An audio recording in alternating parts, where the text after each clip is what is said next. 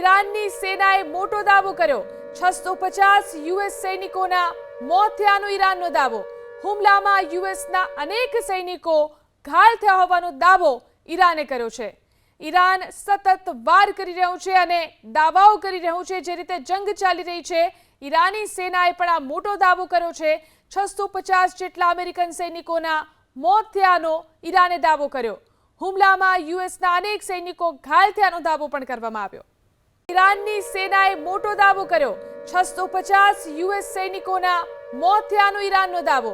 હુમલામાં યુએસના અનેક સૈનિકો ઘાયલ થયા હોવાનો દાવો ઈરાને કર્યો છે।